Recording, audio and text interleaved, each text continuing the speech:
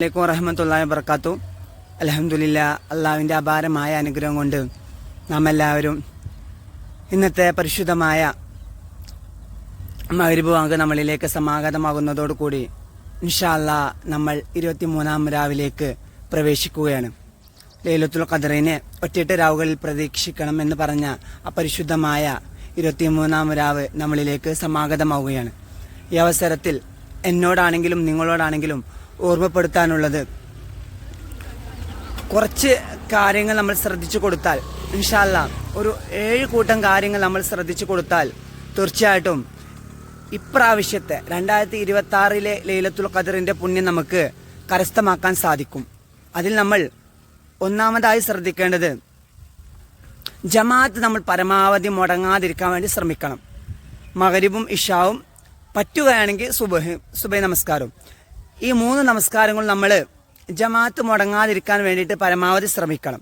സ്ത്രീകൾ പ്രത്യേകിച്ച് അവരുടെ മക്കളോടാണെങ്കിലും പിന്നെ അതുപോലെ തന്നെ വീട്ടിൽ ആരൊക്കെ ഉള്ളത് അവരൊക്കെ ഉൾപ്പെടുത്തിയിട്ട് കൊണ്ട് ജമാഅത്ത് പരമാവധി മുടങ്ങാതിരിക്കാൻ വേണ്ടി ശ്രമിക്കണം. അതാണ് നമ്മൾ ഒന്നാമതായി ചെയ്യേണ്ടത്.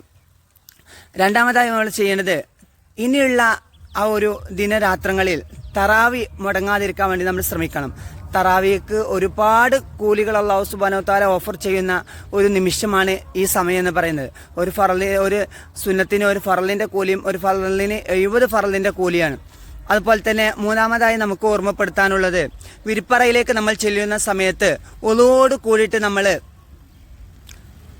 കിടക്കാൻ വേണ്ടി ശ്രമിക്കുക. കാരണം ഒളോട് കൂടി കിടക്കുന്ന ആ ഒരു വ്യക്തി അല്ലാഹു സുബ്ഹാനഹു വ തആലയുടെ മുന്നിൽ ഇബാദത്ത് ചെയ്യുന്ന പോലെയാണ് എന്നാണ് മുത്ത് മുഹമ്മദ് മുസ്തഫ സല്ലല്ലാഹു അലൈഹി വസല്ലം തങ്ങൾ നമ്മളെ പഠിപ്പിക്കുന്നത്. നാലാമതായി നമ്മൾ ചെയ്യേണ്ടത്, ദാനധർമ്മങ്ങൾ സ്വതക്ക ചെയ്യാൻ വേണ്ടി ശ്രമിക്കണം.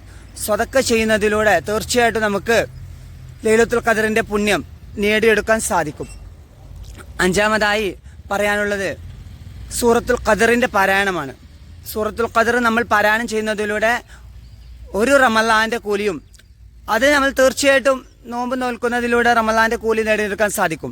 കൂടാതെ ഈ സൂറത്തുൽ ഖദ്ർ നമ്മൾ പാരായണം ചെയ്യുന്നതിലൂടെ മറ്റൊരു റമളാന്റെ കൂലിയും, അങ്ങനെ ഡബിൾ കൂലി നമുക്ക് നേടിയെടുക്കാൻ സാധിക്കും. ആറാമതായി നമുക്ക് പറയാനുള്ളത്, തൗബ ചെയ്യാനുള്ള ഒരു മനസ്സ് നമ്മൾ ഉണ്ടാക്കിയെടുക്കണം. തീർച്ചയായിട്ടും ഈ സമയത്ത് നമുക്ക് തൗബ ചെയ്തിട്ടില്ലെങ്കിൽ പിന്നെ ചെയ്യാനുള്ള ഒരു സമയം നഷ്ടപ്പെട്ടേക്കാം. അപ്പൊ തീർച്ചയായിട്ടും തൗബ ചെയ്യാനുള്ള ഒരു മനസ്സുണ്ടാക്കിയെടുക്കണം.